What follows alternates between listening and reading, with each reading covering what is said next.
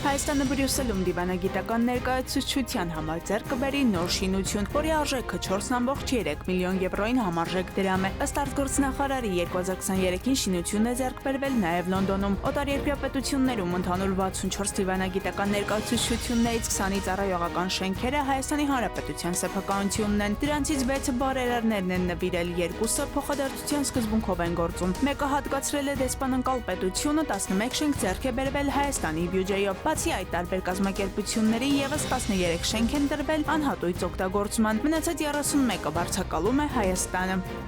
Կադաստրի կոմիտեի տվյալներով Հայաստանում գույքահարկի գծով 500 ամենախոշոր հարկատուները 2024-ին վճարել են 3 միլիարդ 324 միլիոն դրամ, 2021-ի 1 միլիարդ 662 միլիոն դրամի դիմաց եւ կանխատեսվում է, որ այդ ցուցանիշը 2025-ին 4 միլիարդ 985 միլիոն դրամ կլինի։ 2019-ի եւ 2025 թվականների անշարժ գույքի հարկի նշված տարբերությունը պայմանավորված է անշարժ գույքի հարկման համակարգում իրականացված բարեփոխումներով։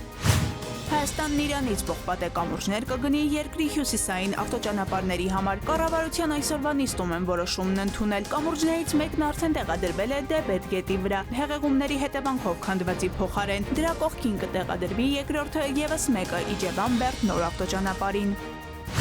Թմրամիջոցների շրջանառության վերահսկողությունը բանակում, ոստիկանությունում եւ դպրոցներում կուժեղացվեն։ Գործադիրը հաստատել է թմրամիջոցների դեմ պայքարի ազգային ռազմավարությունը։ 2024 թվականին ըստ ներքին գործերի նախարարի ԱՊԸ-ի շրջանառությունից դուրս է բերվել շուրջ 426 կիլոգրամ թմրամիջոց, ինչը մոտ 200 կիլոգրամով ավելի է, քան 2023 թվականին։ 2025 թվականի առաջին ամիսների ընթացքում արդեն իսկ դուրս է բերվել 173 կիլոգրամ թմրամիջոց։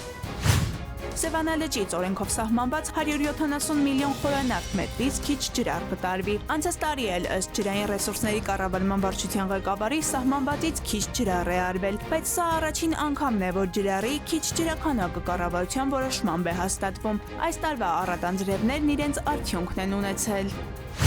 Կոտայքի մարզում անասնապահը թրաֆիքինգի է ենթարկել ամուսիններին։ Նա իր մոտ աշխատանքի անցած ամուսիններից մեկին շուրջ 4 ամսվա աշխատանքի դիմաց վճարել է 5000 դրամ, մյուսին չի վճարել։ Նրանց նկատմամբ գործադրվել է բռնություն, ամուսիններից մեկը դիմել է փախուստի։ Անասնապահի նկատմամբ հարուցվել է քրեական հետապնդում։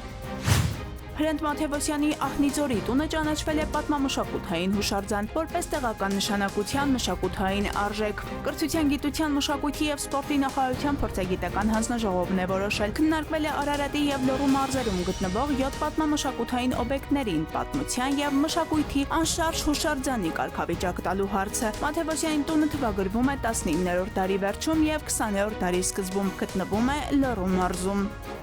Հասմիկ Անտոնյան, ժամը լրատվականի համար։